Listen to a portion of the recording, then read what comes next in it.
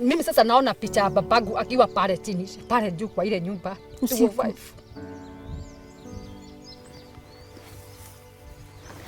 Atu naona mimi nakaa hapa, kaburi ndio hii. Niwaonyeshe kaburi yenyewe ndio hii. Mimi nakaa hapa kwa kaburi ndio hii. Hii maua hii ni kaburi ya baba hii. Kama kuna mtu anaweza nilipia school fees, then just a place to call a home. Nikifunga shule nione kwa kwenda.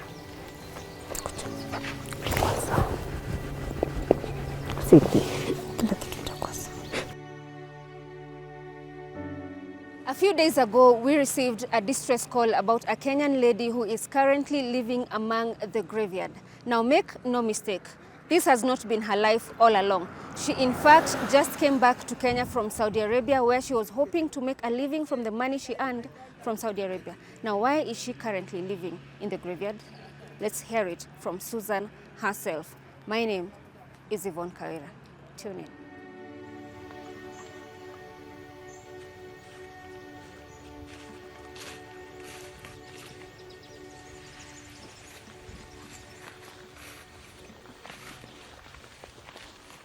Kwa majina naitwa Susan Wanjiru Kaigwa.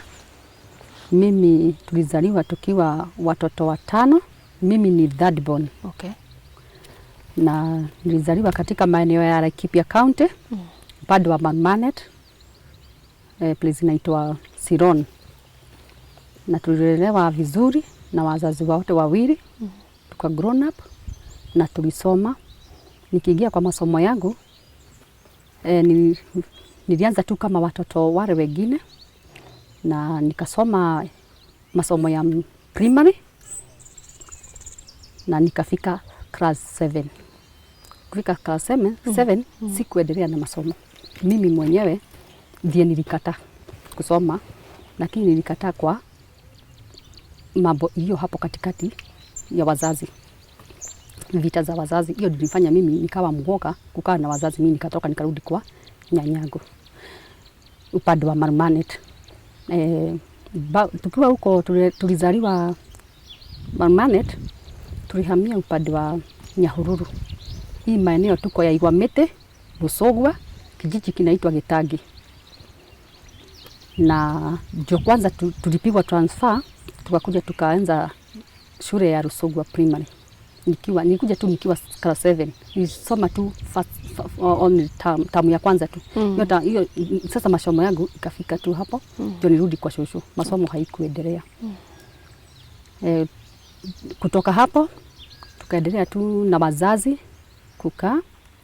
Tukaanza kufanya vibarua tu huku kwa kijiji, vibarua ya kulimia watu, kuhaso. Ikafika mahali nikaolewa. Nikakutana na mzee mmoja ama kijana mmoja, tukaoana na tukaweza kuzaa watoto 3 wa wasichana. Tukikaa naye kwa maisha yetu na yeye ya doa, nilifika mahali vita ikawa kali sana. Nani anakupiga vita? Sasa vita ilikuwa ya Bonago. Na sasa nikafika mahali mimi nikachoka na hii vita imezidi, nikamuondokea. Kumuondokea nilimwachia watoto 2. Nilirudi kwetu nikiwa mimba ya third born. Nikakuja sasa nikazalia kwetu. Kutoka hapo walinifikia nirudi, nilikataa. Kwa vile sasa vita ilikuwa kubwa sana. Singeweza. Nilikataa na roho yangu yote, sikurudi huko. Mpaka wa leo nizalia huyo mtoto third born huku kwetu. Na nikamlea vizuri na nikaanza maisha yangu kama tu kawaida. Nikaanza ya vibarua tu kulima, nikilea mtoto. Ikafika mahali nikaanza sasa kuajiriwa kazi za boma za nyumba na mtoto wangu pamoja. Akiwa tu mchanga, akiwa mdogo kabisa. Nimeajiriwa boma kadhaa na mtoto wangu. Na nikamlea tu vizuri. Na mtoto waka grown up vizuri. Kwa hila sasa mashida ya kuhaso, nikaona sasa ni vizuri niende nitafute kazi ingine. Ndivyo sasa nikafikiria kwenda nchi za nje. Niende nikatafute kazi nchi za nje, na nikaanza hiyo process 2016. Hapo ndio nilianzaga hiyo process, na nikafikiria kwenda nchi ya Lebanon. Nikasaidiwa kuchukua passport na my cousin mmoja, na passport nikaipata, na nikapelekwa kwa agent na huyo my cousin. Tulipokwenda kule kwa agent, sasa ndivyo niende nifanywe medical. Nikafanywa tu medical vizuri,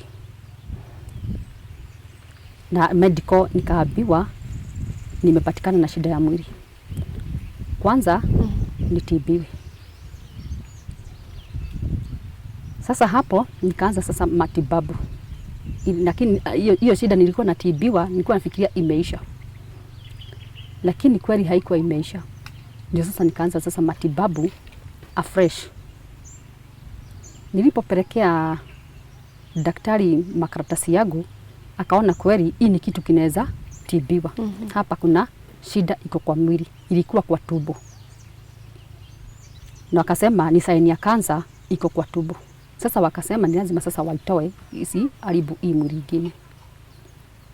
Mimi nikakubali na hiyo kitu, na hiyo shida nikatibiwa, nikafanya operation katika hospitali moja iko Nyandarua. Hii general ya iko Orkalau, JM Memorial. Ndio nilifanywa hiyo operation, na nikatibiwa tu vizuri, nikarudi nyumbani, nikapona. Lakini vile nilirudi nyumbani, nilidischargiwa, nikarudi nyumbani, kukaa siku kadhaa, siku chache tu, nilipatana na nikiwa nimepewa poison. Nikapewa poison, na hii poison mtu mwenye nipatia ni mamangu mzazi. Mamangu mzazi ndio nipatia hii poison, na hii poison ilikuwa imewekwa kwa maziwa. Nimetoka kwa hospitali, nimekaa siku hata ikufika wiki moja. Hizo siku zenye hata huwezi tembea vizuri, huwezi simama, haukuli. Sasa hapo ndio nilipata na hiyo poison ikiwa kwa maziwa. Mama mwenyewe ndiye alinipatia hiyo poison, hiyo maziwa. Na ndivyo nijue ilikuwa na poison, vile tu alinipea, mimi nilikunywa. Dakika chache nikasikia naanza kusikia mwili inauma. Naumwa na tumbo, ninatetemeka. Nimeanza kusikia kizuguzugu. Na nikamwambia nini mmenipea? Mmenipea nini? Akanisema haoni chochote. Na nikikunywa hiyo maziwa nilikuwa namuuliza, kwani nyinyi hamkunywi kitu? Niuliza mama, kwani yeye ukunywi? Kaniambia mimi nimekunywa vikombe viwili za chai. Okay. Hiyo nikaachana nayo. Mtoto wangu alikunywa chai ya usiku yenye ilikuwa imebaki. Mimi nikakunywa. Ile maumivu iliyonichika nikiwa nimekunywa hiyo maziwa tu, dakika hiyo nikaanza kutetemeka na kuumwa na tumbo. Nikawauliza mmenipea nini? Nikaambia mtoto wangu fanya hivi, enda angalia hiyo maziwa iko na nini. Mtoto wangu alienda kanusa, akakuta ile chai inanuka dawa. Kaniambia hapana, inanuka dawa ya kuosha ng'ombe ama hizi za kupiga dawa kwa mashamba. Ndio inanuka hiyo chai. Na ukikunywa hukusikia ni tofauti yote? Sasa mimi nilikunywa. Unajua sasa kwa ile madawa nilikuwa nakunywa mingi. Mimi singesikia taste ya anything. Sababu hata mata yangu ilikuwa ina taste hiyo madawa nilikuwa nakunywa mingi. Mama nikamuuliza, kwani hiyo chai mliweka nini? Mtoto anasema inanuka dawa ya ng'ombe ama ya kupiga madawa kwa shamba.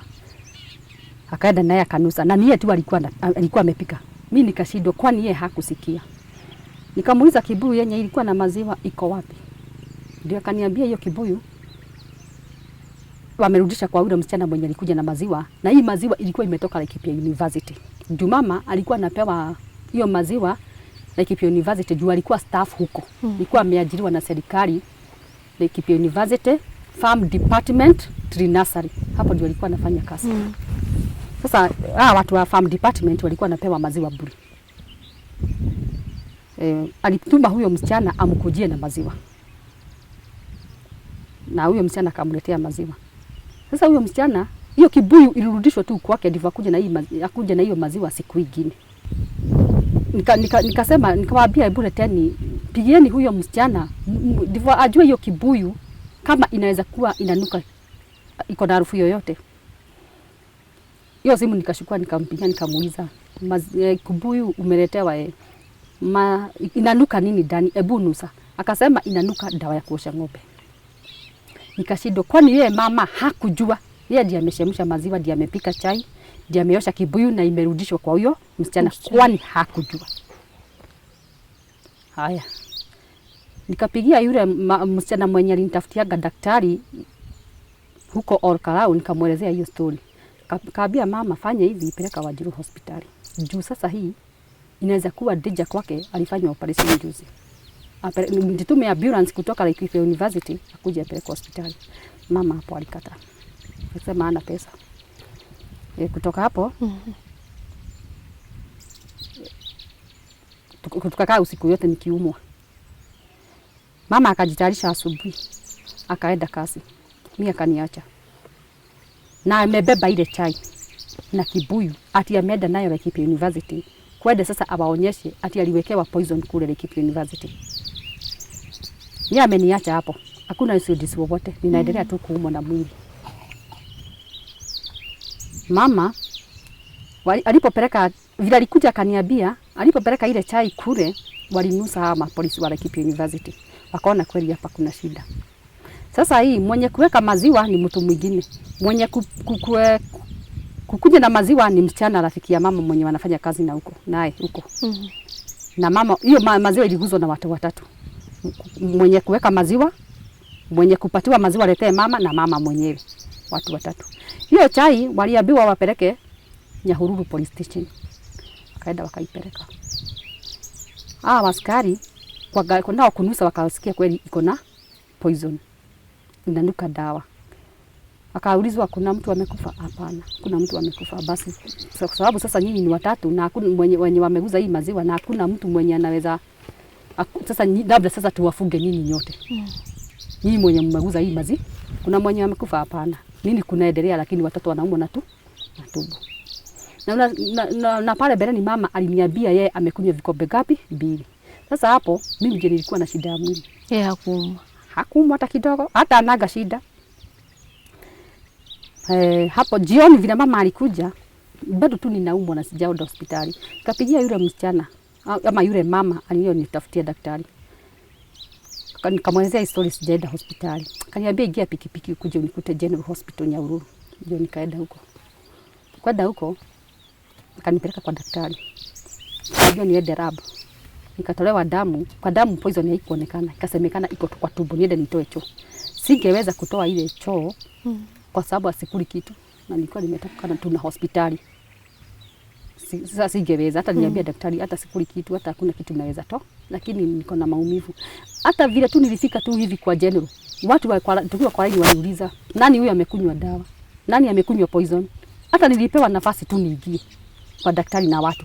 Wewe ingia. Sasa nilikuwa hata kuingia kwa daktari tu aliniuliza, kwani umekunywa poison? Nikamwambia yeye, kwa sababu nilikuwa nanuka kabisa. Kulikuwa usiku. Sasa hakuwa na mahali pa kununua dawa. Ile dawa niliandikiwa, nilipewa tu Panadol. Nikabidi hizo zingine niende ninunue, chemist zimefungwa Nyahururu. Nikaenda nikalala kwa huyo mama Nyahururu town. Siku nyingine huyo mama akaninunulia hizo dawa. Na mama kwa sababu ya aibu alikuja asubuhi yake akanikuta na tukakuja naye nyumbani. Wakati huo ni wakati kulikuwa 2017 wakati wa kasi kwa vijana, kama unakumbuka nilikuwa mmoja wa kasi kwa vijana.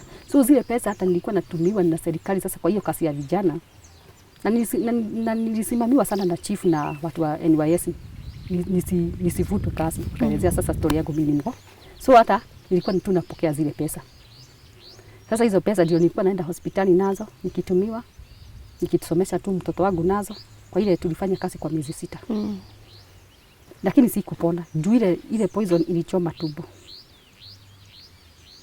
Sasa nilikuwa naishi tu nikienda kwa napewa tu madawa na kunywa. Narudi kwa hospitali napewa dawa na kunywa, lakini sikuipata usaidizi kwa kusoka 2017 mwezi wa 5 mpaka nilikuja kutibiwa 2019 mwezi wa 2. Sasa nikiwa sasa tumbo imegonjeka kabisa. Kinoda walisema ni H pylori, lakini sasa imepita. Sasa hiyo kinoda ilikuwa imepita kabisa. Nilitibiwa sana, nililazwa hospitali. Na hapo 2018 mwezi wa 10 my sister ikafanyika, akalazwa hospitali moja katika kule Kitengela.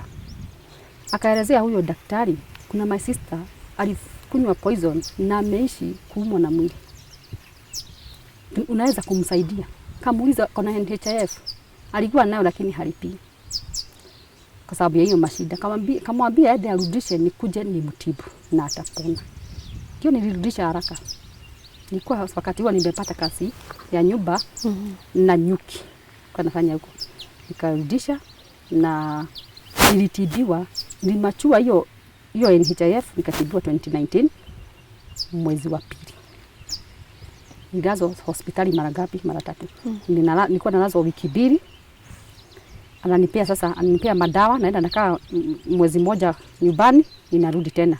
Ananiangalia vile mwili inaendelea. Ninalazwa tena. Nikalazwa sasa mara ya 2 wiki 2, napewa madawa, ninakaa mwezi mmoja nikarudi. Nilazwa mara 3. Mpaka sasa daktari akaona sasa hakuna chochote. Nimetibiwa na nimepona kabisa. Ndio sasa Saudi Arabia imefunguliwa na Uhuru. Sasa tuanze kwenda hizo matraining watu huenda. Na niliendaga training ya wakati huo tulikuwa tunaenda wiki 2.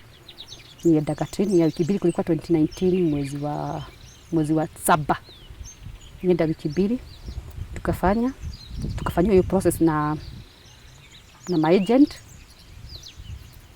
na tukawa watu sasa kwa kungoja sasa visa zitoke tusafiri. Nikasafiri 2019 mwezi wa 9 tarehe 19.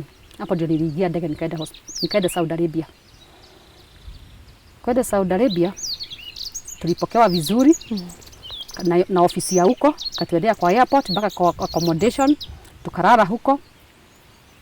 Siku nyingine sasa ni kusafirishwa kwa manyumba. Kwa sababu kila mtu alikuwa anatoka Kenya akiwa na sponsor wake. Yeah. Siku nyingine tukasafirishwa, nilikuwa mmoja wa kusafirishwa hiyo siku nyingine, nikapelekwa kwa huyo sponsor. Ukifika siku ya kwanza ya kwa Mwarabu anakupokea vizuri sana. Vizuri sana, na utakula na utakunywa na utalala vizuri. Sasa siku nyingine ndivyo uanze kazi. Mwarabu anakuonesha kazi vizuri sasa vile utaendelea nayo. Na wanafurahisha sana na kazi ya Mkenya. Kazi ya Mkenya ni safi sana.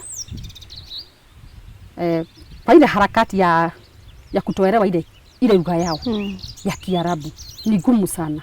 Sisi kuku wa Kenya tunatumia Kizungu na Kiswahili na lugha ya mama sasa. Ile lugha kuelewa take time. Yeah. Juu hawa watu hawajui Kizungu. Sasa ni kufunzwa na unasahau. Nasahau sasa hiyo lugha. Sasa hapo wanakuwa na matempa. Kanini nakurudia na anastahili kila amekwambia ushike hapo. Sasa hapo mnaanza sasa kukosana. Tena naye Mwarabu anakutumia vile anataka. Sababu wewe ni slave yake. Si amekununua kutoka Kenya. Anakutumia wewe mwenyewe vile anataka. Lakini kasi inafanya vizuri sana. Hata mzee alikuwa anasema kasi yako Susan ni mzuri. Sasa ananiambia na Kiarabu ni mzuri sana. Lakini mama kwa sababu anaishi kwa nyumba na tulikuwa tunakaa naye kwa nyumba, hapo anaenda kazi mahali. Mzee alikuwa anaenda kazi. Tulikuwa tunakaa na mama huko kwa nyumba. Sasa ndiye kuniambia tafanya hivi. Hata akinipea kazi kabla nimalize hii amenipea, ashaniitia ingine. Hii nawacha. Kabla nimalize tena hii ya pili ameniitia ingine. Sasa naenda nakutata ile ya kwanza siku mali. Sasa hapo ukianza sasa kuexplain vile sasa ulikuwa unafanya akakuita, sasa hapo ndio utachapwa. Nasikia umewekelewa slap na Mwarabu. Sasa utafanya nini? Haya, unavumilia tu, unaona sasa wacha nivumilie. Sababu hii mashida yenye sasa niliacha Kenya. Wacha tu nivumilie nipate changu. Haya, vita tu inaendelea. Na wakati sasa vita inaendelea upande wa mama, upande ule mwingine wa mzee na mtengenezea shisha. Hakuna kulala. Mimi nikiwa Saudi Arabia mwili yangu nililala tu, na ni mwili niliforce kulala tu miezi 2. hiyo 2019 mwezi wa 9 siku 10, October 2019 na November 20. Hiyo sasa ndio niliforcewa. Mwili ilikuwa inaniforce kulala. Lakini sasa kutoka December sasa ile usingizi ilienda tu ikipotea kwa sababu nini? Hakuna kulala. Usiku yote hawa Marabu kama saa hizi si ni mchana. Hawa Arabu wanalalaga mchana. Lakini usiku ndio wanaamka sasa kutembea mao. Wanaamka hata kama hawaendi wanaamka saa 11, saa 12 wanakaa. Kama mzee anaenda anajitayarisha anaenda kazi. Alikuwa kazi mahali. Anaenda anakaa tu masaa mawili kwa sababu alikuwa mkubwa. Yeye ndiye alikuwa mkubwa, hiyo sijui ni kampuni gani alikuwa. Anaenda masaa mawili anarudi. Lakini akiwa jiani ananipigia simu. Alikuwa amenipea kababe kadogo. Ananipigia simu ananiambia Susan, mimi nakuja, na niambia sasa na Kiarabu kwa sababu nilikaa sasa nikashika ile lugha. Kaniambia na Kiarabu, Susan, tengeneza maji, washa grass, weke makaa. Kuna makaa ya shisha. Sio hii makaa ya kawaida, kuna makaa ya shisha yenyewe na shisha yenyewe. Na pot nimtengenezee hizo vitu zote. Aniambia anakuja. Sasa akija na hiyo ni kama saa 2 ya usiku ama saa 3. Masaa ya Kenya na ya Saudi Arabia inapelekana ni sawa sawa. Saa 2 ya usiku ama saa 3 asharudi. Anaanza sasa kuvuta hizo vitu zake, hizo shisha. Alikuwa na ile room yake alikuwa anavutia hizo vitu. Sasa akifika vitu zote nimemtayarishia. Nampelekea. Anavuta. Hiyo harufu ni baya na mama hataki kusikia hiyo harufu. Hataki hata kidogo. Yeye anakaa kando room nyingine bali sana. Hataki. Huyo mzee ikiisha ananipigia. Susan, leta ingine. Tengeneza leta ingine na utengeneze mpaka makaa. Watoto nao alikuwa na watoto 3. Watoto wanalala saa 5 ya usiku ama saa 6. Mimi sijalala. Mimi naendelea tu kutengenezea yule mzee shisha. Huyu mzee atamaliza saa 11 ya asubuhi ama saa 12 ya asubuhi kuvuta hizo shisha. Bado unaendelea kuzitengeneza tu. Na nilikuwa na complain kwa ile ofisi. Tulikuwa tunakosana sana. Nasema mimi sitaki kazi. Ninapeleka kwa ile ofisi. Tunarudi naenda kucomplain. Bado tunarudishwa kwa nyumba. Na niliona kuna marafiki, kuna mzee alikuwa hapo, rafiki wa huyu mwenye alikuwa ameniajiri. Yaani alikuwa rafiki wa hiyo ofisi. So hakuna mimi sikuwa nasikika. Hata nikipeleka mateta yangu sikuwa hata kuchapo hata kunyimwa chakula. Haikuwa inafika. Niliishi tu sasa kutengeneza hizo mashisha. Sasa si unaona amemaliza saa 11 ama saa 12. Nichukue hizo vitu nioshe. Zingare niweke hapo. Wameenda kulala. Saa 3, saa 4 ya asubuhi watoto ndio hawa wameamuka. Mimi nimelala. Mimi sijalala. Sasa naitwa niwatengeneza hizo vitu wanaita idomil ama machips.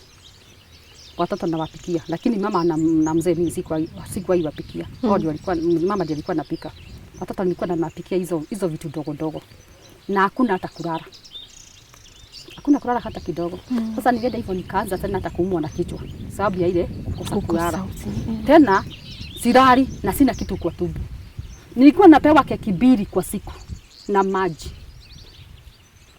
Keki 2 tu na kwa siku. Sio ati keki ya asubuhi na lunch ama na keki 2 tu na maji. Sasa nikaona ile mwili yangu inakosa nguvu. Keki 2 na maji, hapo hakuna chakula. Sasa mwili ukaanza kukosa nguvu.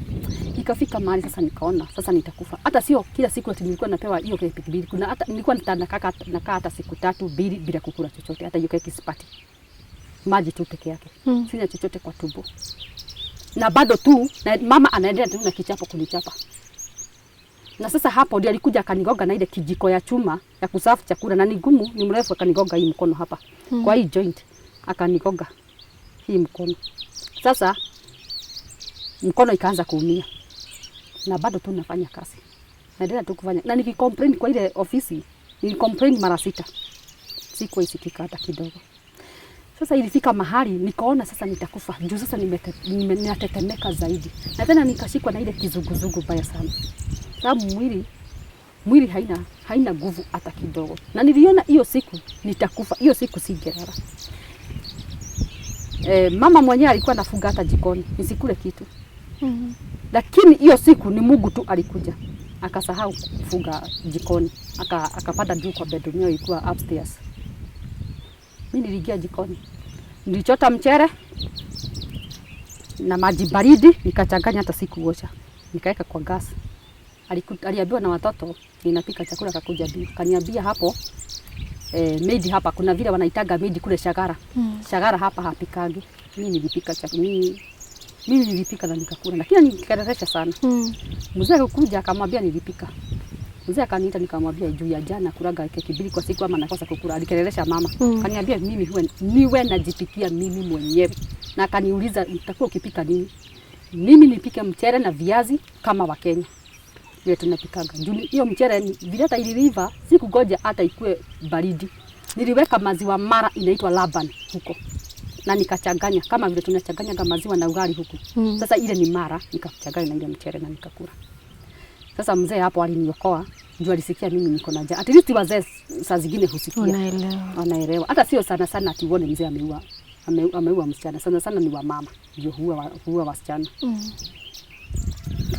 Tuliendelea tu hivyo. Sasa wakati wao walikuwa nakukubali sasa upike. Sasa hapo si mzee ametoa hiyo nini? Hiyo sheria mimi niwe napika. Sasa hapo nilianza hata kupika. Hata nilikuwa napika hata chapo sasa. Zingine naweka kwa fridge. Niwe nakula. Watoto nao wakapendezwa na ile chapo yangu. Na ile pancake za huko Kenya.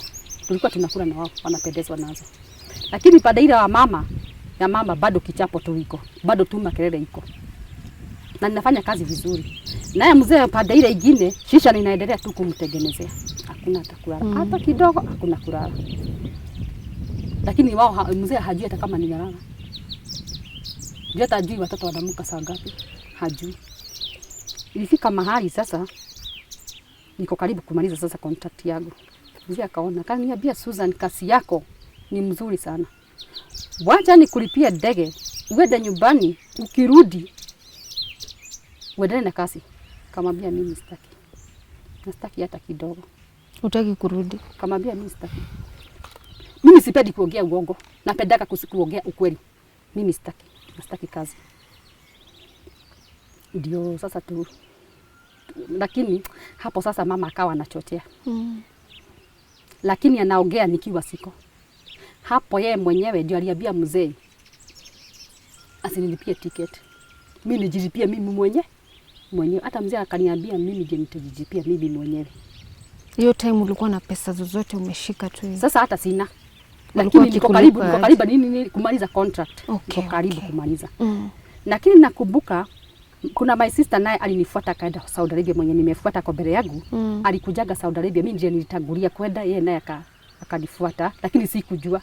Sikujua kama ako huko. Wakati sasa nilikuja kumaliza contract, nilikuwa nimemaliza mwezi mmoja. Nimebakisha tu mwezi mmoja. Ndivyo sasa alipiga simu huku nyumbani. Nilisikia alipiga nyumbani. Akauliza Wajiru wako wapi? Ako Saudi Arabia. Amebakisha muda gani? Amebakisha tu mwezi mmoja. Ako huko alikuwa ameshikia na fununu. By the way mimi nilikuwa na simu lakini sikupewa wifi. So sikuwa naongea na watu. Hakuna communication yoyote, ningekuwa nime communicate na marafiki. Sikuwa na ama hata familia hapa Kenya. Lakini wakati wa kutuma sasa hizi pesa sasa hapo ndio nilikuwa napewa simu na call direct mama. Sasa hapo ndio my sister akauliza, aliulizaga mama akamwambia nimebakisha mwezi mmoja. Alinipigia na Safaricom yangu direct tena na Safaricom yake huko. Nikamwambia nimebakisha mwezi mmoja. Kaniambia watu wanabakisha mwezi mmoja ama mbili wanauawa. Kuuliza kama utarudi useme utarudi. Nikamwambia nilisema kitambo mimi sitarudi. Sitaki kuficha. Akanipembeleza nikasema sitaki. Na mimi nilimwambia kitambo hata sirudi mimi. Lakini nikiwa kwa ile kasi ya Mwarabu, nikiwa kwa nyumba, kwa hii miaka 2. Mimi Mwarabu hakuwa ninyang'anya hata shilingi hata moja. Hakuninyang'anya hata shilingi hata moja, nakumbuka vizuri sana. Mimi alinipa pesa zangu zote. Za miaka hiyo 2. Unaweza jua zilikuwa pesa ngapi? Hizi pesa yeye mwenyewe nilikuwa namwambia aende atumie mama na Western Union. Juu mama nilikuwa nimemwachia Equity Bank. Nilikuwa na Cooperative Bank kwa sababu ya ile NYS tulikuwa ile kasi kwa vijana. Lakini akaniambia hapana. hata yeye yenda kwa hiyo cooperative. Sasa nikaenda nikamletea Equity Bank hiyo account, nikamletea nikamwachia. Sasa alikuwa anatumiwa na Western Union, ndivyo sasa a deposit na zile zingine asomeshe mtoto. Okay, siku anajua mimi nilikuwa tu namtumia na niambia ananiwekea. Lakini Mwarabu akienda kutuma na Western Union alikuwa anapiga tu picha akizaa tuma hiyo kapesa lipata tuma, anapiga picha na simu yake anatumia bibi yake. Sasa bibi yake ananiambia leta chukua kalamu andika hii code upigie mamako. Sasa mimi naiandika mahali unaambia mama, napigia mama direct namtumia. Siku nyingine mimi namuuliza bado tu naomba Mwarabu simu. Namuuliza ulitoa ngapi?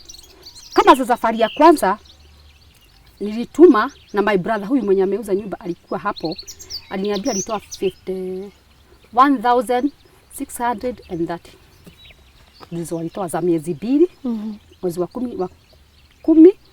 11 na siku zile 9 zilihesabiwa zikiwa 9 za mwezi wa 9 mwezi ile nilifika hizo siku za kumalizia. Sasa zilikuwa 2 month 9 days. Hizo ndizo nilituma. Na aliniambia alitoa hizo. Na hapo tu nikiwa hapo vile nilimtumia hiyo siku, my brother akasema anataka kuongea na mimi mwenye sasa ako nyuma yangu. Kaniambia my sister, "Woi, nilipia driving school. Niwache sasa kuhangaika huku, hiyo course itanisaidia." Hivyo tu ndivyo unataka? Driving, enda Petans driving school. Mimi kwanza ndiye nimesema Petans. Mimi mwenyewe. Abia mama kesho aende Petans akulipie. Na alienda akalipiwa. Niliambiwa 16,550 hizo alilipiwa. Na alisoma na ni mtu anajua kuendesha, alikuwa anajua kuendesha magari na matiga. Sasa si matiga ni mingi. Alijifunza huku. Hata hawakumfunza, alienda tu kufanya mtihani na akapita. Hata mama aliulizwa, "Kwa nini mtoto wako anajua kuendesha gari?" Yeye anajua huyo anashindaga na matiga na huko. Sasa my brother ako na hiyo license. Nilimsaidia. Lakini kujitolea mimi, sio ati nimlipishe, hapana. Haya, sasa safari ya pili wacha niseme hizi pesa zote kwa sababu kuna wakati nilimtumia tena 42,000 sasa kulingana na vile alikuwa ananiambia ati ametoa nikimpatia ile code. Yeah. Kuna wakati aliniambia ati alitoa 42,000, kuna wakati alisema ati alitoa 44,000. Kuna wakati alitoa 73,000, 64,000, 72, 71. Hizo alikuwa ananiambia vile sasa yeye mwenyewe ametoa. Sina payslip ya kuangalia. Lakini nakumbuka kuna payslip mbili nililetewa ya 73,000 na ya 72. Hiyo nilikuanga nayo. Lakini hizo zingine sikuwa nazo. Juu sasa unajua sasa ni code ninapatiwa. Napatia mama namuuliza ni ngapi. Zingine sasa za nakumbukaga vizuri ni 2021 mwezi wa 7 nilimtumia 80,000. Hizo zilikuwa kuna mahali 2021 pesa za Januari miezi 3 kwa sababu tulikuwa na Mwarabu tulikuwa tunaweka, aliniambia tuweke kama za miezi 2 ama miezi 3 tunatuma pamoja ndio zikatwe sana na tax. Haya, sasa tunazituma hiyo za miezi 3. Nakumbuka tukiscount na Mwarabu na nikasign, kuna mahali nilikuwa na sign ndivyo aende atume. Mwarabu nakumbuka alienda akatuma, aliniletea payslip ya 64,000. 64,000. Pika hiyo payslip nakumbuka nilikuwa nayo. Hiyo aliniletea. Mwarabu alikutoa kila mahali 100. Sababu nilikuwa nalipwa 900 ya huko. Ya huko ilikuwa 900. So ya miezi 3 ilikuwa 2,000 ya huko na 700. Sasa kwa kila mwezi akaenda akatoa 100. Sasa akatuma 2,400. Anafikiria mimi ni mjinga sana na walienda na bibi yake. Lakini kutoelewana ile vita inakoka kwa nyumba na Mwarabu. Tena alikuwa ananiambia nimfanye massage, nilikataa. Mimi contract yangu haijaandikwa massage, imeandikwa kazi ya nyumba peke yake. Yeah. Contract ni ya one family, one house. Mimi niliwaambia sifanyi. Na sifanyi. na nilikataa. Walipiga ofisi hiyo siku kwanza, walikuwa nataka kunipeleka kwa mama ya mzee, nilikataa. Nikasomea ofisi ya huko ile vile contract yangu nimesema, na nikakataa kabisa, kaambia wachane na yeye, hiyo ni haki yake. Mimi walikuwa wakienda kwao kwa relative walikuwa wananiacha kwa nyumba. Sababu mimi najua haki yangu. Na masaji nilikataa. Sasa ile kukosa hata kufanya masaji anakutoa. Mimi sasa, na huyu mama alikuwa mnene kabisa. Mimi nilikataa. Sasa vita yangu ilianzaga hapo. Tuliendelea tu. Nakumbuka hiyo sasa nilikuwa naelezea kuhusu hizi hapa walitoa 100 baada ya kutuma 2,700 walituma 2,400. Hiyo pesa waliniletea. Nikamwambia madam kuja hapa. Hii pesa hamjatuma yote, mmetuma 2,400. 300 iko wapi?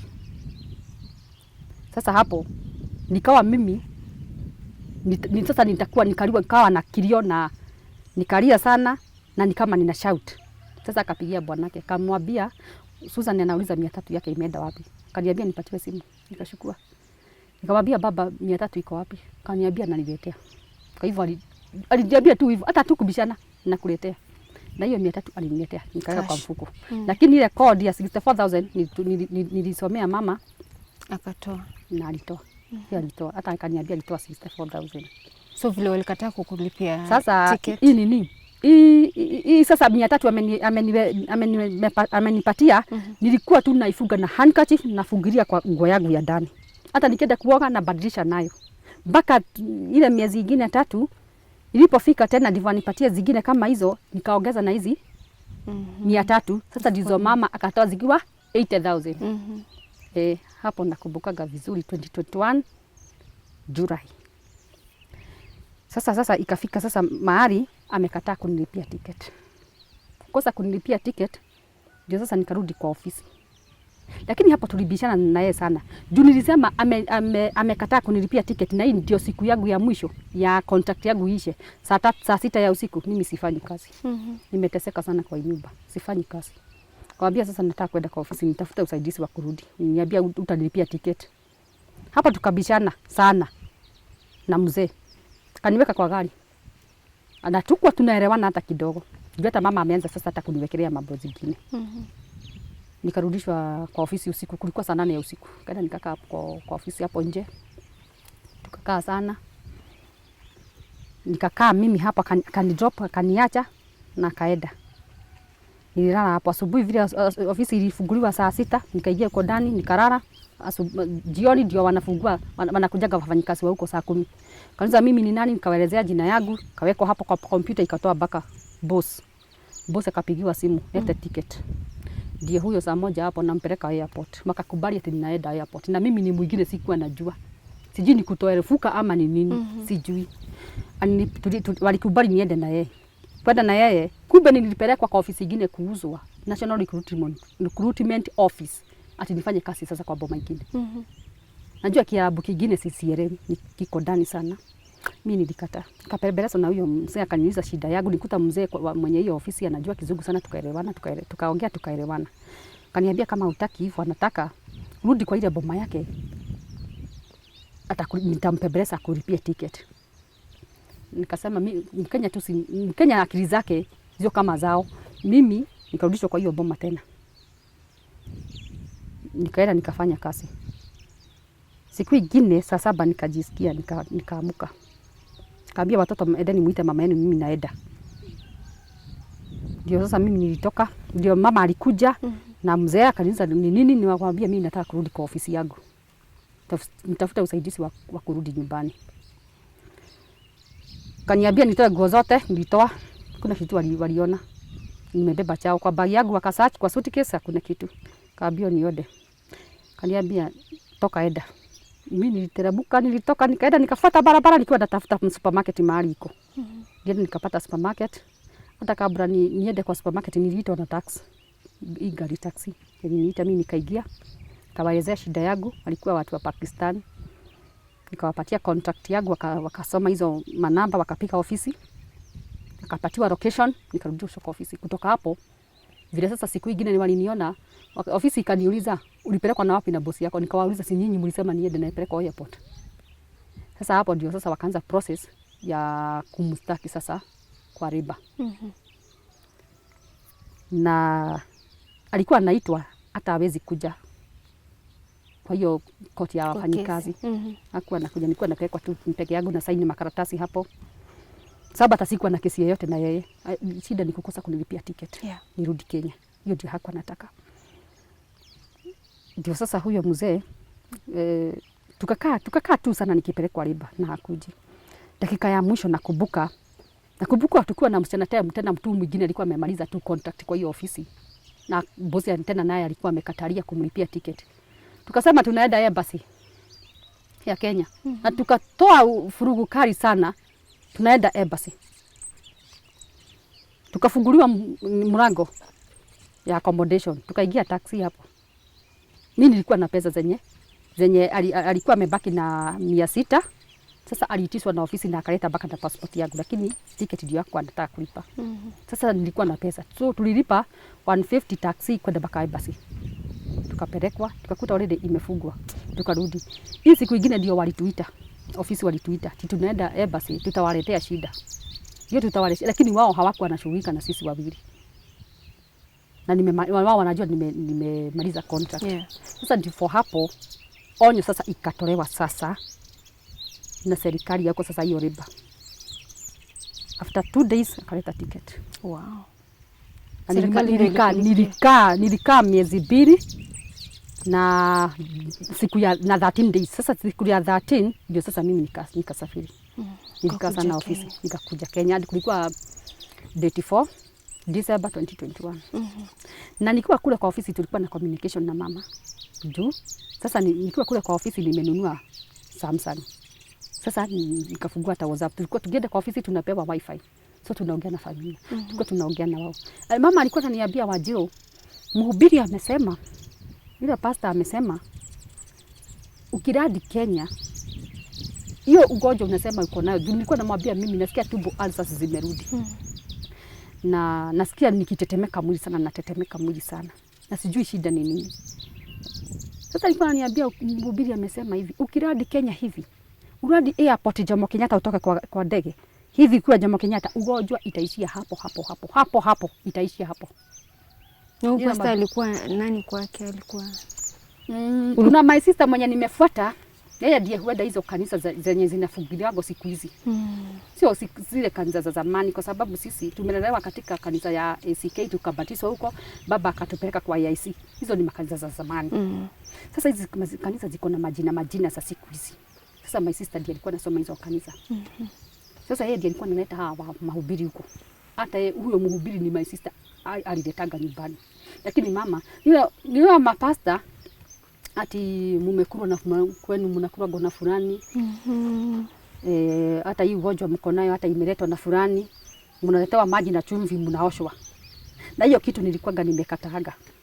Before hata uende Saudi. Mimi nilikuwa nimekataaga kabisa before niende Saudi Arabia. Nilikuwa nimekataa. Juu mama alikuwa anaishi na nyanyangu. Sasa nyanya mwenye amemzaa. Nyanya alikuwa na ugonjwa wa sukari.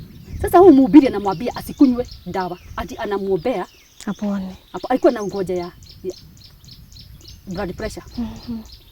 Na hii blood pressure ilikuwa inafanya aumu na kichwa sana. Namwambia shosho nikupeleke hospitali general. Juu sasa unastahili kukunywa dawa kabisa. Ilifika mahali akaanza kufura hata miguu, hata kuvaa kiatu ni shida. Wanaita ule, anamwambia shosho nikupeleke hospitali. Wacha niite auntie na uncle niwaambie kuhusu wewe ndivyo uende hospitali. Ananiambia hapana, daktari wangu atakuja. Sasa daktari wake ni yule mhubiri. Juu si ameonyeshwa na mama kuombewa, ndio sasa dawa ndio hiyo. Wakati uliland Kenya ulipatana na huyu pastor, uliweza kuinteract? Sasa tulipatana na yeye. Sasa kwa ile harakati nikiwa kule bado tu kwa ofisi, mama alikuwa ananiambia hata pastor amesema hivi, ukirudi Kenya si umelipewa ticket, amekutafutia kazi, utakaa tu siku 3 ama 4 uingie ndege nyingine. Amekutafutia kazi ya supermarket ama ya yenye tu unataka, either Qatar ama Dubai. Wewe ndio utachagua hizo nchi mbili. Na utaenda kazi ya supermarket, utamaliza tu urudi leo, maliza siku 3 ama 4 uingie ndege nyingine uende kazi. Siku najua nini inafanya niambiwe hivyo, ama nitafutiwe kazi haraka. Siku anajua. Na mimi akili zangu ziko hivi, si mwili ni yangu. Hii sio bao. Hapana, hii ni mwili inatumia damu. Mimi ni lazima nikuje nitibiwe kwa vile najisikia mwili wangu ni mgonjwa sana. Na tena kisuguzugu kikanazidi. Na sijui ni kwa nini. Lakini hasa zilikuwa nazo. Hii shida ingine sijui ni nini. Nilikuja sasa kumaliza siku gapi? Aliniendea airport. Wakiwa na huyo my brother mdogo last born waliniendea. Akanichukua airport tukaenda kwa my brother Kitengera. Kwa siku nyingine tukakuja nyumbani nakumbukaga. Toka hapo nikamaliza siku 4. Siku 4 nilirudi Kenya kukiwa Saturday date 4. Hii wiki nyingine Thursday ndio mama akaniambia najua nini Wanjiru. Pesa zako nilipeleka nazo shushu hospitali. Pesa zako zote nilipeleka nazo shushu hospitali. Najua shushu alikufa nikiwa Saudi Arabia na alikufa 2020 mwezi wa 9. Na nilikuwa hiyo mwezi wa 9 ndio nilikuwa namaliza mwaka mmoja.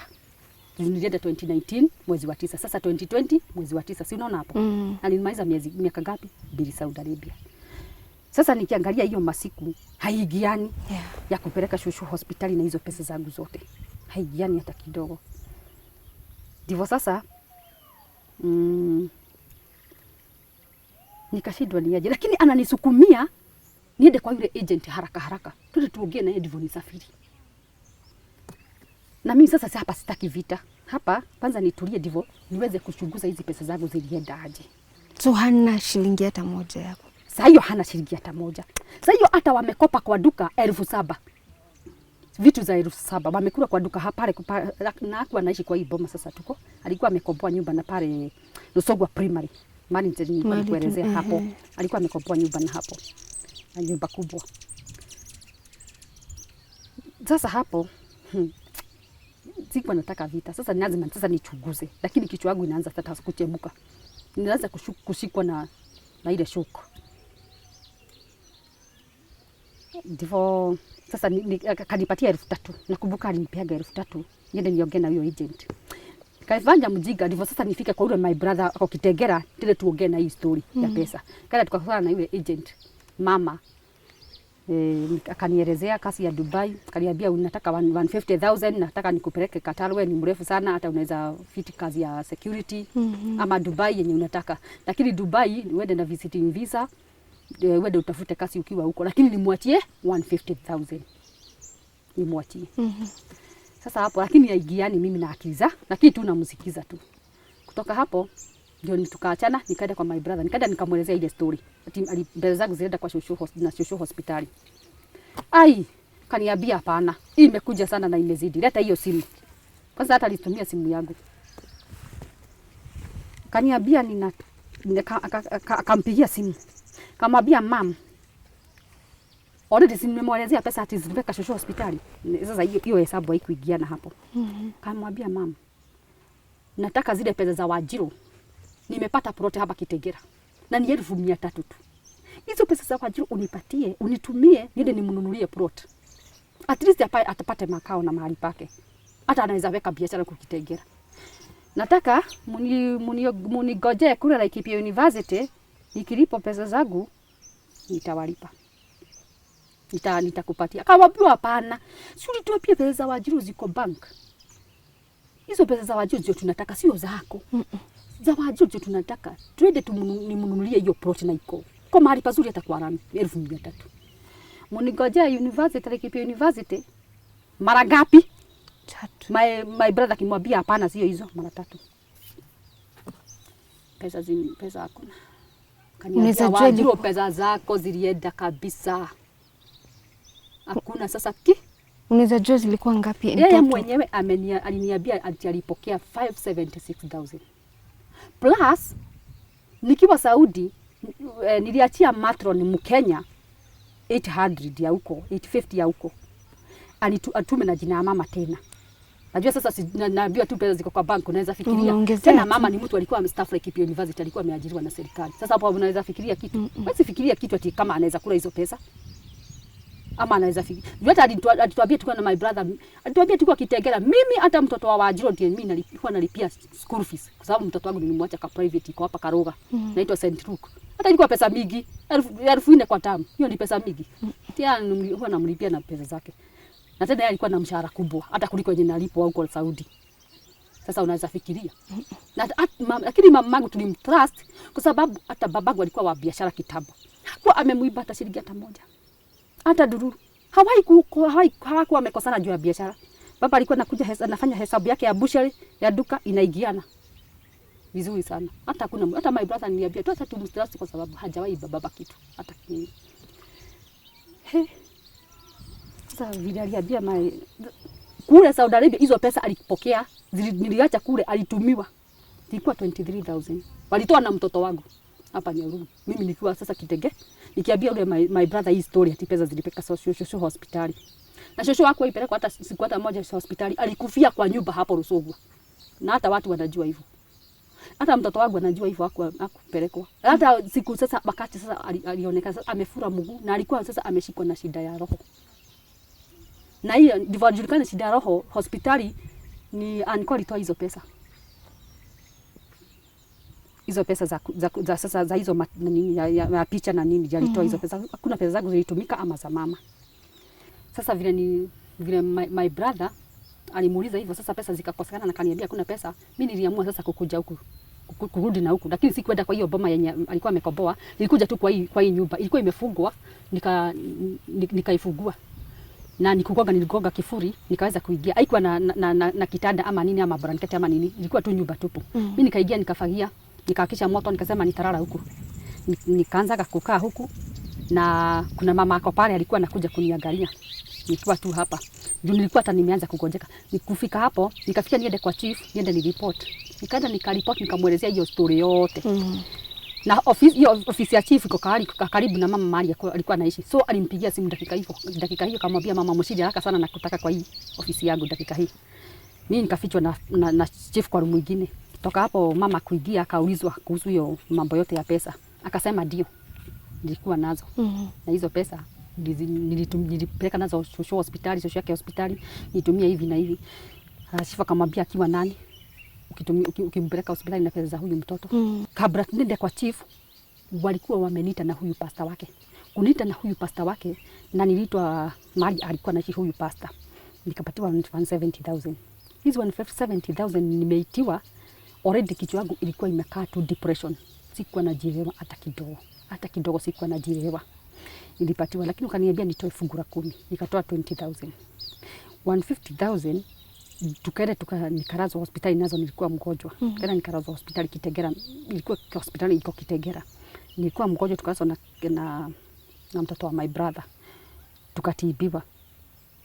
Na nilikuwa nakaa kwa ule my brother. Kwa hizo harakati zile pesa zilikuwa zinatumika wapi? Kwa ile boma. Kwa ile boma ile my brother. So na natibiwa nazo. Na zinatumika wapi? Kule. So hizo pesa ziliisha hivyo. Sasa ndio nikakuja sasa ndio nikaelezea chief hizo pesa. Sasa akaambiwa pesa za huyu mtoto umpatie. Na akakauntiwa. Sasa chief alisema sasa 1,400 ndio utampatia. Utampatia 1,400. Niambiwa hivyo. Sasa akasema sasa hapo akaanza hata kuniekelea mambo mingi ati huwa mimi ninamtusi. Na akaambia chief ati nimemkosesha amani. Chief akamwambia hapana, kuna kitu kama hiyo. Mimi tukiwa kwa chief nimemwambia wewe ni mwizi. Ndio umeniiba kwa nini hizo pesa? Na wewe ulikuwa umeajiriwa Laikipia University. Chief akamwambia wewe mama mshiri pesa zako umeajiriwa Laikipia University. Ulipeleka wapi zako na za mtoto umepeleka wapi? Ukinikipeleka huyu mtoto kwa human right, hiyo maswali yote utaulizwa. Unaona umefinyia huyu mtoto umefanya hata akue na depression iko juu sana. Haya kutoka hapo mama akaambiwa kusanya watu wako wote ndivyo tuangalie tujue hii ni shida gani ya kulanga boma yako. Ndivyo sasa hapo mama hakusanya vile aliambiwa. Hakutusanya hapana. Alienda akakuta sub chief akamwelezea maneno ya uongo na mtusi yaga ati mimi huwa na mtusi Kirego takutairisha na panga haijanolewa. Ati nikimuitisha pesa. Kuniwekelea huyo sub chief alinipigia simu na akaniambia ati ataniita anikanye kutusi mama na pesa matusi haiwezi toa pesa kwa mfuko. Na sio pesa asiwahi nisikia nikiitisha hizo pesa. Sasa ni sub chief. Ni mama. Asiwahi nisikia nikiitisha hizo pesa. Mimi nilishikwa na kilio, tulikuwa na ule mama ako pale. Nilienda kulilia juu ya kaburi ya baba. Nikiita baba, watu wa hii kijiji wote walikuja. Akapigia chief, na chief akaelezewa ile ati mama amemwambia ati ile matusi yote. Chief akaelezewa na sub chief. Ina matusi yote nilikuwa na nimetusiana ya uongo kabisa. Mama alikuwa amenidanganya, lakini mazito. Chifu akamwambia kuna kitu kama hiyo, sema kuna kitu kama hii. Tukapeleka kwa DCI, nikaenda kadanganya na kwa DCI. Mimi nikaambiwa niombe msamaha, nilikata. Nikasema mimi siwezi kujiwekelea kitu yenye sijatusiana hata kidogo. DCI wakasema hatutaki kujua mali zilienda. Kutoka sasa ile harakati yetu na mama na serikali sasa ilipo, nikaona sasa mimi sitaenda na hiyo kesi tena, sababu yeye ananiwekelea mambo mingi sana na ni mazito. Yenye hata sijui ingine ni gani. Nikaanza sasa kwenda kuajiriwa kasi ya Medi Nairobi, ni ndivyo mtoto aweze kusoma. Mama, mtoto wangu naye akashukuliwa na mama mwingine jirani. Sasa mama alikuwa anamwacha anaenda kwa yule pasta. Na mama hapo nikigiza mtoto wangu form 1 last year, mama aliuza ng'ombe February. Kabla auze hiyo February, mtoto wangu sikuwa na pesa ya kumpeleka hospitali, ya kumpeleka shule, ya kumwadmit form 1. Vile nilifanya, nilikopeshwa pesa na watu wako tu hapo tu mahali pataitwa Ruro hapo Rusogwa. Wenye walikuwa na wao, mimi niko na deni ya mzee yako hapo na bibi yake ya 12,000 waliniongeza, na mwingine hapo mama 10,000, na mimi nikatoa 10,000 tukapeleka mtoto kwa shule. Nikifanya tu hii kazi ya Medi nione kama mtoto wangu atasoma. Nikitafutia hata mtoto wangu tena ule amechoka kukaa na mtoto huyo mwenye nipekea form 1, sasa nikampeleka kwa my cousin naye akachoka kukaa naye, na tena mtoto anapitia mateso na ile matusi kwa my cousin. Sasa kumtoa sasa ndio mwezi wa 5 mwaka huu. Sasa ndio nikakuja kwa hii nyumba. Hii nyumba ilikuwa hapa. Hivi hapa tu tumekaa. Nilikuja, kuna Mturkana alikuwa amepewa hii nyumba. Hapa tumekaa. Huyo Mturkana nikatumana, kuna mama ako pale, nilimwambia huyo mama Karo ndoke kwa nyumba tarehe 24 ninakuja. Hiyo tarehe 24 nilikuja, nikamkuta, nikamwambia mama hujatoka, kaniambia sijatoka, sijapata nyumba. Nikamwambia tu tafuta. Hata sikuwa namharakisha. Nikakaa kwa ule mama mpaka atoke. Bila nitoka mimi nikaingia hapa. Nikaanza kukaa hapa. Nilikuja na nguo zangu na mashuka yenye nilikuwa najifunika na tumagunia nilikuwa natandika hapa chini. Ninalala hapa chini. Na mimi nilikuwa sawa. Maisha nilikuwa naona niko sawa kwa sababu mimi niko nyumbani na niko babangu. Mimi niko sawa, nikae huku kwa hii boma. So hapa kulikuwa na nyumba. Hapa, naona sasa hapa kwa hii mchaga yote hapa. Hapa kulikuwa na nyumba, imebomolewa mwezi huu tarehe 1. So hapa ndio nyumba ilikuwa. Hapa ndio nyumba ilikuwa. Hii yote nyumba ilikuwa hapa. Mimi nilikuwa napikia tu hapa. Hapa hii sufuria iko. Hapa ndio nilikuwa tu napikia hapa na ndani ya nyumba hapa. So moto nilikuwa naakisha hapa, napikia hapa. Kwa kulala nilikuwa nakuja nataduka gunia zangu hapa. Hapa ndio ilikuwa sitting room, lakini nilikuwa natandika gunia zangu ninalala hapa. Nayo ilikuwa room nyingine. Hii room nayo haikuwa na chochote, nilikuwa naokea hapa. Hii nyumba. Sasa vile nilipata kazi Nairobi tarehe 29 mwezi wa 8, nikakaa tu siku 3, 29, 30 na 31. Tarehe 1 kukiwa Thursday last week. Ndio nyumba sasa nikaambiwa na majirani nyumba inauzwa, inataka kubomolewa. Sasa hapo ndio nikapatiwa namba ya mwenye kununua, nikamkanya na nikamlilia sana na zaidi. Hakuwahi nisikiza hata kidogo. Kaniambia hata ameambiwa na mama sitakikani kwa hii area na sitakikani kwa shamba yake. Mimi niondoke niende. Mwenye kununua aliniambia. Naye my brother mwenye kuuza akaniambia mama ndiye amemwambia auze nyumba, niondoke huku, sitakikani na nirudishe mtoto wangu kwa baba yake. Sasa kutoka hapo niliwapebeleza sana, hawakunisikia hata kidogo. Nikawaachilia wakabomoa nyumba. Mimi hapo nikaanza sasa kugojeka. Nikafikiria sasa mtoto wangu alikuwa kuja aishi kwa hii nyumba ndani. Mimi nikifanya kazi niwe namsaidia akiwa hapa juu kuna majirani wako hapa wanamwangalia. Nikashindwa sasa nitafanya nini? Mtoto wangu atatekiwa responsibility na vijana, nianze kuletewa mashida ingine. Nikaamua sasa niwache nikuje. On Saturday ndio mimi nilikuja. Nikakosa makao, lakini mtoto wangu akashukuliwa na jirani haraka. Akakaa kwake. Nikakosa makao mimi huku. Na ninastahili kukaa kwa sababu nimezaliwa kwa hii boma. Nikiwa mtoto wa 3. Sasa nikafikiria kuna mahali naweza kaa pale chini. Kuna kichaka kwa hii shamba ya babangu. Na nikaenda nikachukua magunia kwa mama ako pale na mashuka yangu. Sasa niende nilale pale chini kwa kichaka. Na ninaweza waonyesha. Twende tuone.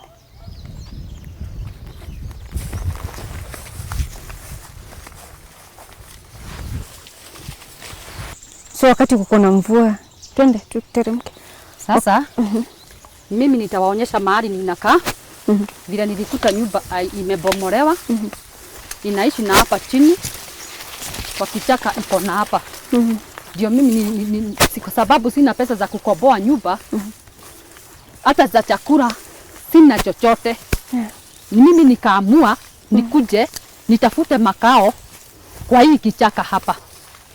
Hii kichaka iko kwa shamba ya baba. Hii. Sasa mimi nikakuja nikafieka hapa ndani. Mimi nikakuja nikafieka hapa. Na nikaingia nikatandika hii gunia hapa. Mimi ndivyo nilala wapi? Mimi nilale hapa. Sababu sina makao ingine ya kukaa.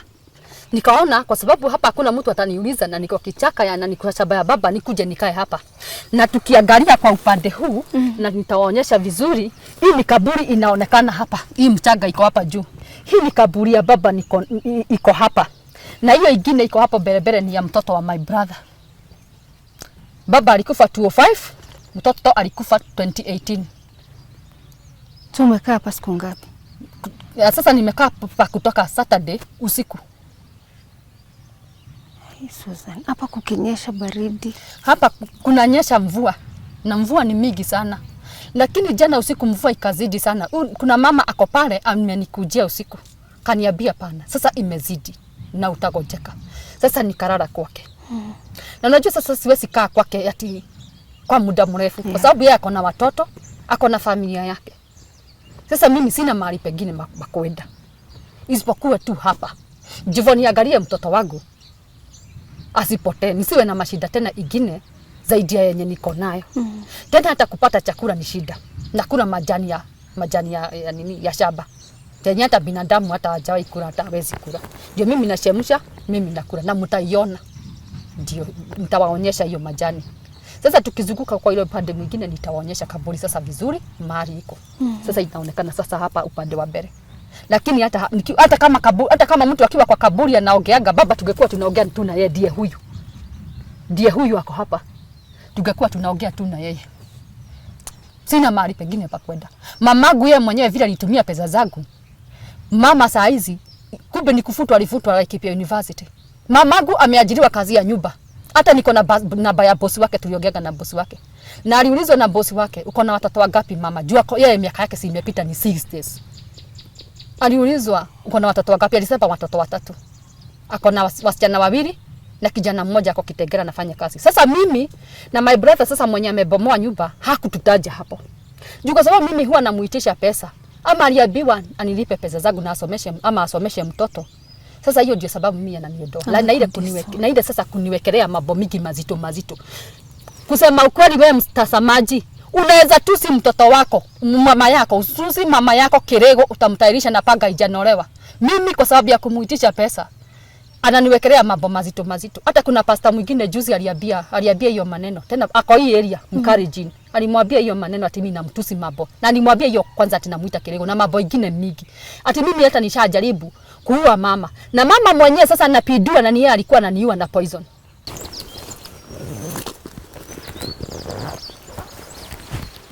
Pole sana Susan kwa yale ambayo unapitia. Hizi vitu zote zinakuaffect aje hata kimawazo? Sasa nikifikiria mimi hata vile nyumba tu ilipomolewa, mimi sasa naona picha ya babangu akiwa pale chini, pale juu kwa ile nyumba 205.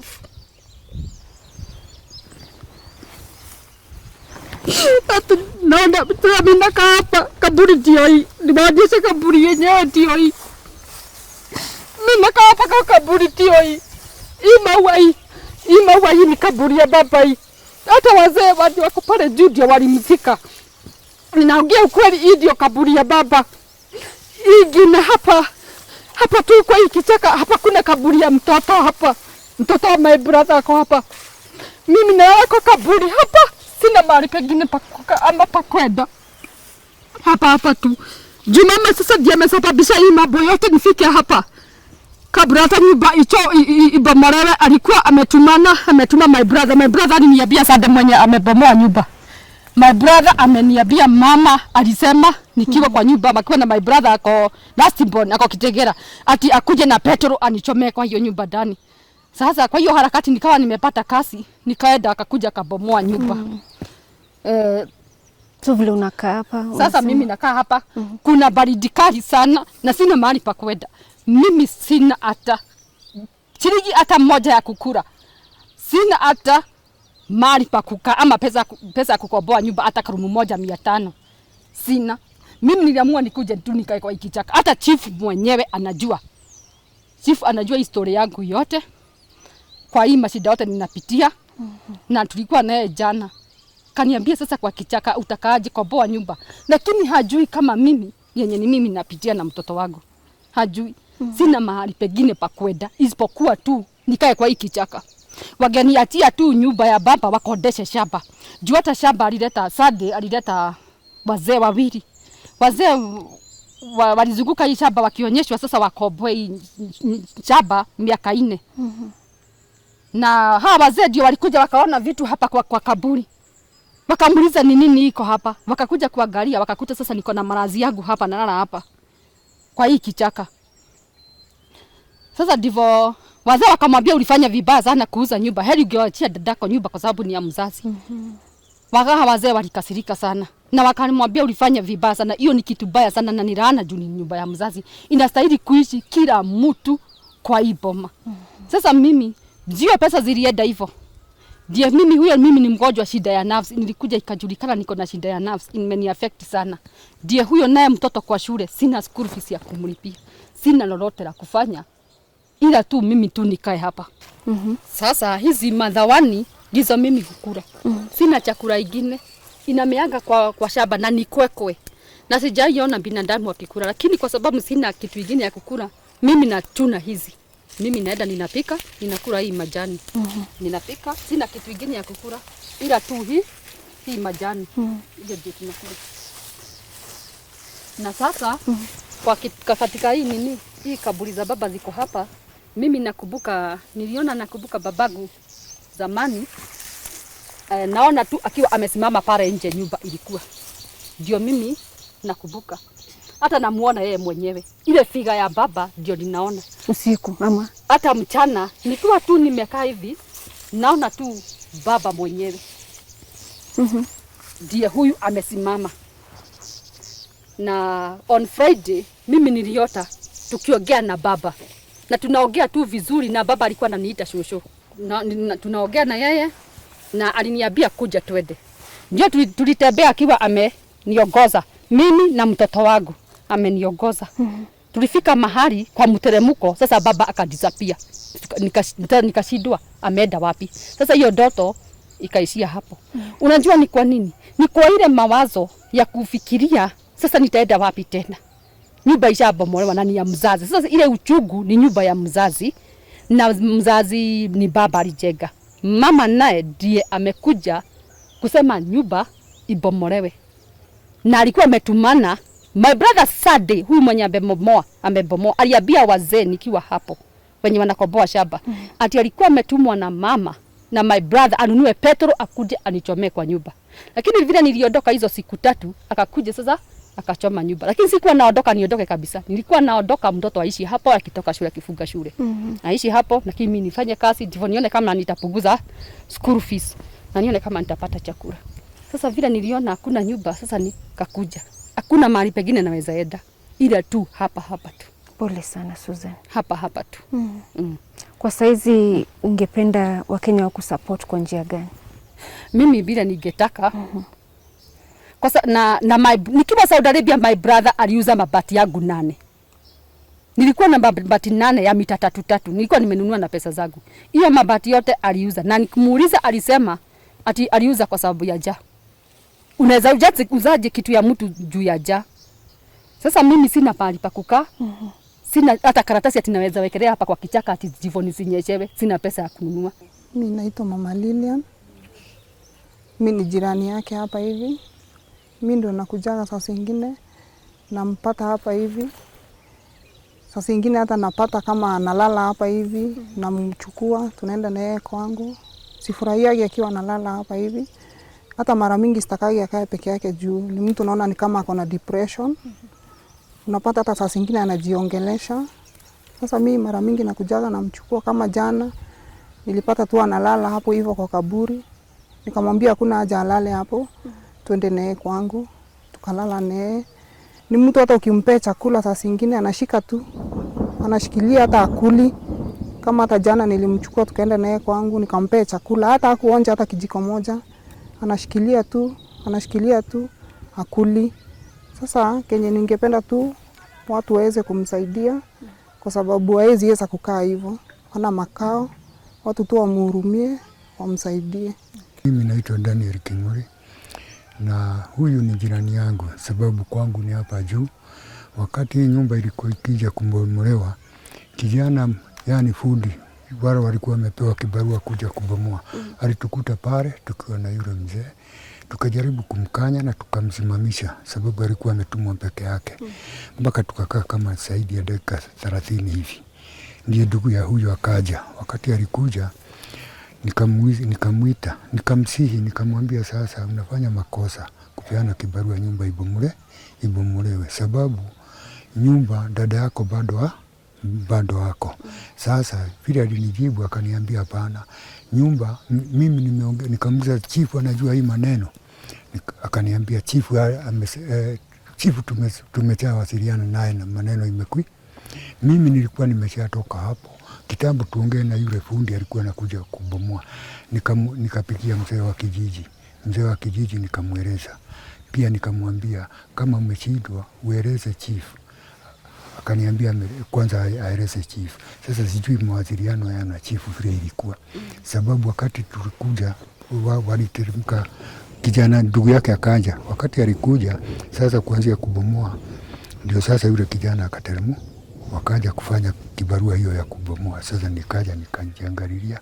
Sikuwa na la kusema sababu sasa ako na amesema chifu ameshakubali. Mimi nikawaachilia tu. Tinga ikaja. Tinga ilikuwa inabomolewa kama iko hapa, iko pale. Wengine ni kupokea mbao sababu nyumba ilikuwa ya mbao. Ilikuwa nyumba safi ya mbao. Sasa walikuwa wakibomoa na kupeleka material pale na kupandisha juu ya tinga. Tinga ikaondoka. Sasa nyumaye ndio sasa nilimuona huyu baada ya siku 2 sasa ndio nilimuona. Sasa nikasikia huruma juu yake.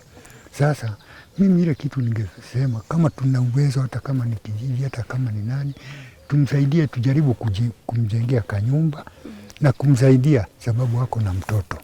Tena sasa hana usaidizi sababu nilisikia kesi iliingia kwa chifu akanyang'anywa zile pesa alikuwa anafanyia huko Saudia, ati alinyang'anywa na mama yake akakula na hiyo ndugu yake. Alikula nimenunulia hiyo ndugu yake pikipiki. Unaona? Sasa tunasikia huruma kumuona namna hii. Sasa hata tukimwangalia hivi naona kama mtu anataka counseling.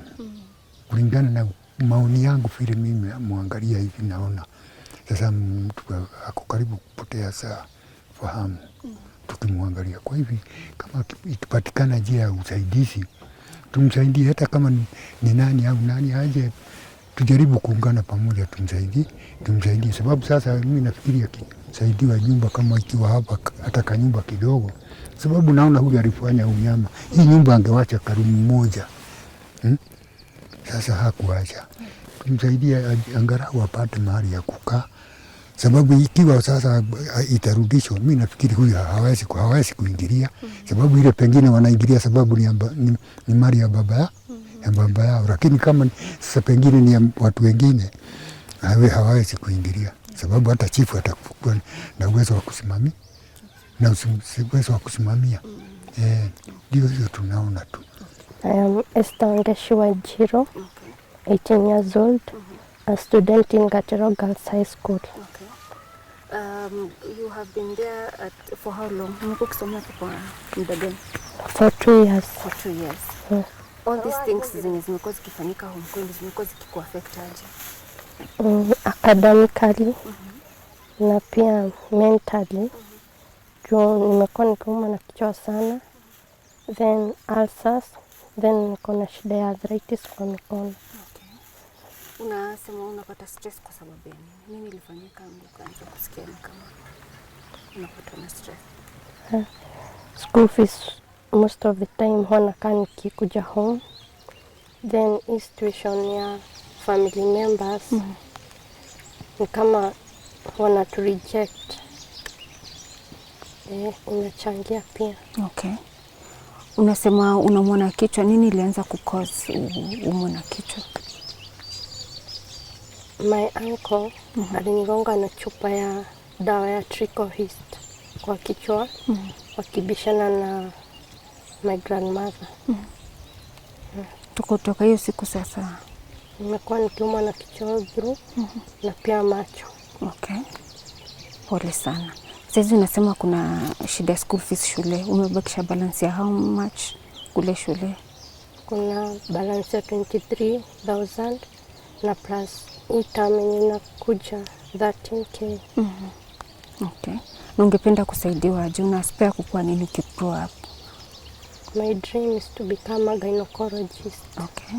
How would you like to be helped by Kenyans who are looking at this story and they want to chip in and help support your future? Kama kuna mtu anaweza nilipia school fees, then just a place to call a home. Nikifunga shule nione kwa kwenda.